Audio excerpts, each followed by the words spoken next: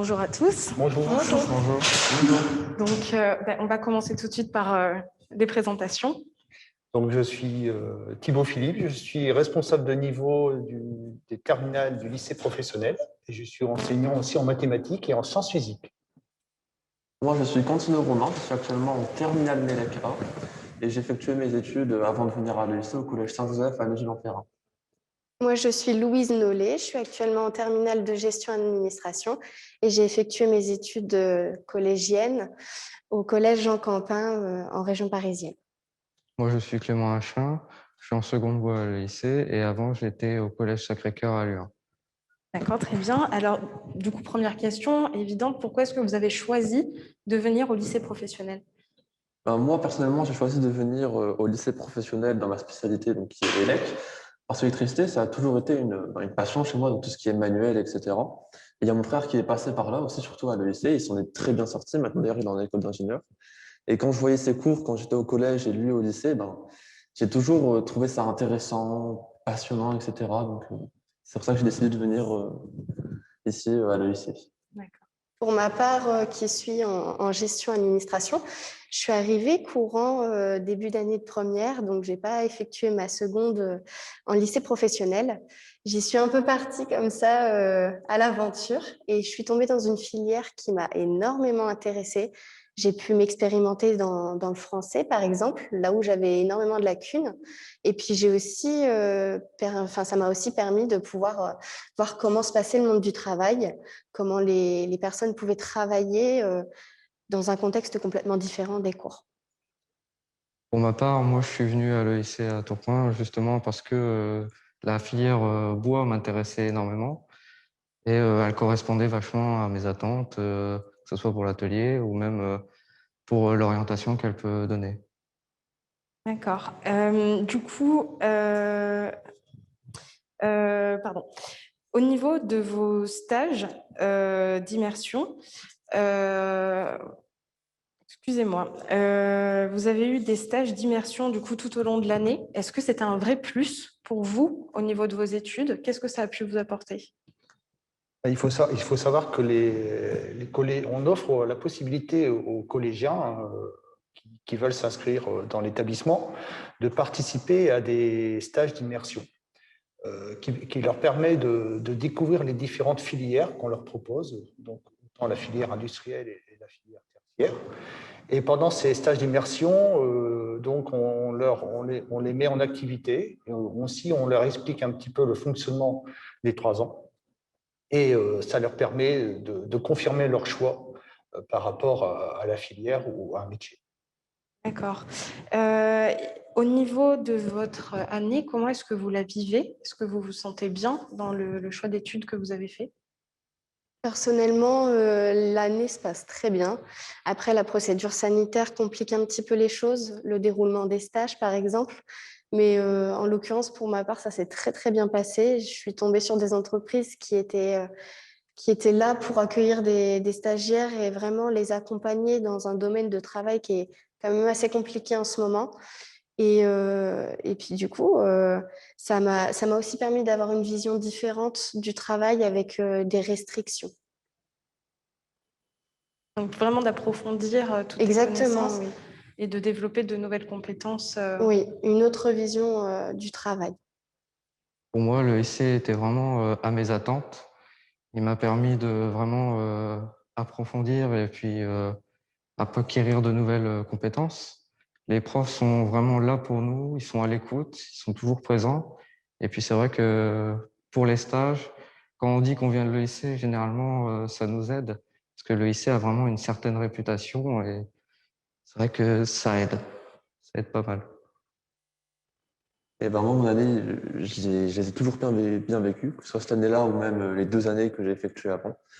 J'ai toujours beaucoup apprécié ma formation, que ce soit ma classe, mon groupe d'amis ou même les professeurs, tous les différents professeurs qu'on a eu au cours de l'année. Ils ont, comme a dit Clément, toujours été là pour nous quand on est dans le besoin ou en difficulté.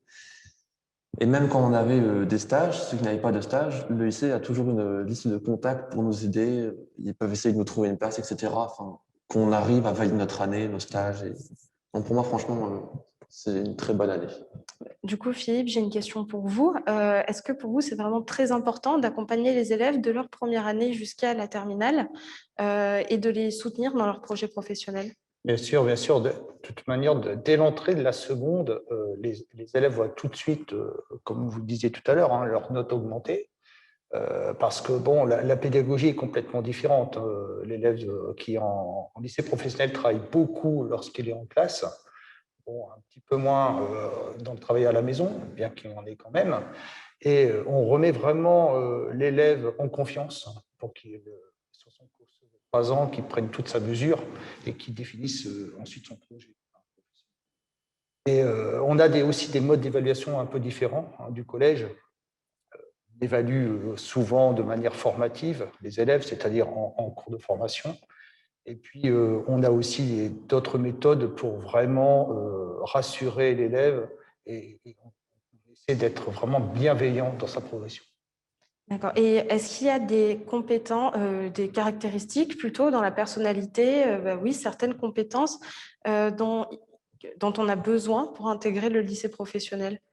Oui, alors on essaie de faire vraiment le lien entre l'enseignement général et l'enseignement professionnel. C'est-à-dire que généralement, en enseignement professionnel, en enseignement général, pardon, on tire des exemples de ce qui se passe en enseignement professionnel pour traiter des parties de cours plutôt théoriques.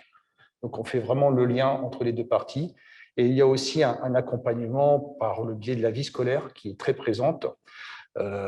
Aussi les professeurs principaux hein, qui aident beaucoup les élèves dans leur choix d'orientation. Il faut savoir que, par exemple, en terminale, il y a 2 professeurs principaux par classe hein, qui permet d'accompagner l'élève dans son choix d'orientation. D'accord. Alors, il me semble que tu es en terminale. Du coup, comment est-ce que tu as vécu tes 3 années de lycée? Ben, comme j'ai dit précédemment, pour moi, ces 3 années se sont très bien passées. Il n'y a pas eu de moment trop difficile dans l'année. Peut-être la première recherche de stage qui est toujours un peu compliquée, parfois un peu stressante ou autre. Il faut appeler des entreprises, faire des CV, des lettres de motivation. Ça peut paraître compliqué au début, mais ben, on a des profs qui nous ont très bien expliqué, encore une fois. Et ben, pour moi, ces 3 années ont été très bien passées. J'en garderai que de bons souvenirs, je pense. Est-ce que tu as vraiment senti une évolution entre ton arrivée au lycée professionnel et aujourd'hui, donc en terminale, peut-être à la recherche d'un emploi ou d'une poursuite d'études? Est-ce que vraiment tu sens que tu as grandi, mûri et comment tu te sens? Est-ce que tu sens une différence? Oui, on sent quand même une grande différence entre l'arrivée en seconde et en terminale. Moi, pour ma part, personnellement, ce sera une poursuite d'études. Je ne vais pas rentrer tout de suite dans le monde du travail. Mais comme je disais précédemment, il y a quand même une grande différence. On rentre en seconde, on sort du collège. Et c'est un nouveau monde, le lycée. C'est surtout le lycée professionnel. On arrive, on est là, on se dit, ben voilà, on a beaucoup quand même de semaines de stage dans les 3 ans, quoi. Au fur et à mesure du temps, on grandit, parce qu'on rentre en entreprise. Il y en a qui vont être en autonomie, d'autres qui vont être dirigés par un patron qui va leur dire, ben voilà, il faudrait que tu fasses ça, on va nous donner un délai, etc. Ça nous montre le monde du travail, quoi. Ça nous permet de mûrir, etc. On apprend de nouvelles compétences, on acquiert. Donc, c'est dans le sens où ça nous permet quand même grandement de mûrir durant ces 3 ans-là. Vous avez vraiment l'impression que vos stages, vos périodes de stage, comment elles se sont déroulées? Est-ce que ça vous a permis d'étoffer un petit peu votre projet professionnel? Par exemple, moi, j'ai fait un stage alors l'année passée dans une entreprise qui s'appelle Empreinte. C'est une jeune agence intérim qui a ouvert il y a maintenant 2 ans. Et j'ai eu l'occasion de faire un partenariat avec l'entreprise WIPEO. Son dirigeant, c'est Samuel Serfati. Et c'est vrai qu'on a organisé une grande soirée événementielle à laquelle j'ai pu participer avec joie d'ailleurs. Et on a participé à l'élaboration d'une soirée pour la LMA, donc la Lille Métropole Athlétisme, où j'ai pu du coup assister et rencontrer du coup les athlètes. Donc j'ai pas seulement organisé, j'ai aussi assisté. Donc il y a aussi, comme dirait Romain, on a vraiment dans le monde professionnel des responsabilités. C'est ça la différence entre la filière générale et la filière professionnelle.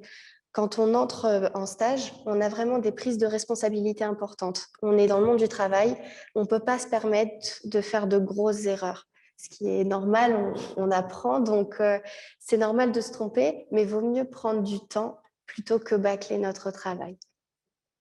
Et justement, au niveau de vos projets, quels sont vos projets pour la suite? Donc, tu nous as dit que tu voulais continuer tes études. Oui. Qu'est-ce que tu veux faire? Alors, je compte faire un BTS en électrotechnique, puis partir en école d'ingénieur. Comme j'ai dit précédemment, c'est là où est mon frère, en fait, il est actuellement en école d'ingénieur. Et je compte suivre un peu ses traces, parce qu'il est actuellement en école d'ingénieur en électrique, justement. Et c'est quelque chose que j'ai aussi également envie de faire. Donc, je compte un peu faire comme lui. Très bien. Pour ma part, ce serait faire un BTS SAM, donc support à l'action managériale. Et je compte m'arrêter après un BTS Bac+2 parce que j'ai aussi un autre projet qui me tient énormément à cœur et ce serait entrer dans l'armée de terre. C'est un projet qui me trotte dans la tête depuis un bon moment et c'est vrai que je m'y intéresse beaucoup, donc ça reste beaucoup en tête. Moi, pour ma part, je souhaiterais soit partir après mes études dans un CFA ou alors carrément faire le tour de France avec les Compagnons du Devoir, afin d'acquérir et de toujours aller plus loin et découvrir de nouvelles choses. D'accord. Il y a un domaine qui t'intéresse plus qu'un autre dans ta spécialité? Moi, dans ma spécialité, grâce à mes stages, justement, j'ai pu peaufiner ma recherche. Et je me suis rendu compte qu'en fait, moi, je cherche pas vraiment à avoir quelque chose d'industriel, je cherche vraiment à avoir quelque chose comment dire, de plus valorisant que ça. Je veux vraiment retrouver de l'artisanal et apporter une vraie valeur à ce que je fais. Écoutez, vous avez des projets très intéressants. Du coup, Philippe, j'ai une question. Est-ce que vous avez des retours d'anciens élèves? Est-ce qu'ils reviennent de temps en temps? Est-ce qu'ils vous donnent des nouvelles? Ah oui, oui, on a souvent des retours des anciens élèves, des élèves qui viennent nous voir au sein du lycée pour témoigner de leur expérience. Récemment, on a reçu un élève que j'ai en cours il y a une vingtaine d'années et qui est actuellement chef d'entreprise et qui est venu partager son expérience aux élèves et son parcours. Et on a aussi au sein du lycée un certain nombre de projets, comme par exemple une mini-entreprise qui est gérée par EPA, Entreprendre pour apprendre, qui rassemble une dizaine d'élèves autour d'un projet. Et ils créent donc de toutes pièces leur entreprise dès le mois de septembre jusqu'à la vente des produits au mois de mai-juin. Et ça leur permet de voir un petit peu toutes les étapes de l'entrepreneuriat. On a aussi la BGE qui intervient dans nos murs, hein, dans le cadre aussi d'une formation pour apprendre à monter son entreprise. On a aussi pas mal d'intervenants extérieurs comme des sociétés de recrutement, des RH qui viennent proposer à nos jeunes des postes dans les filières industrielles et tertiaires, parce qu'il y a vraiment une offre, et surtout dans le secteur industriel. Écoutez, je vous remercie tous les quatre.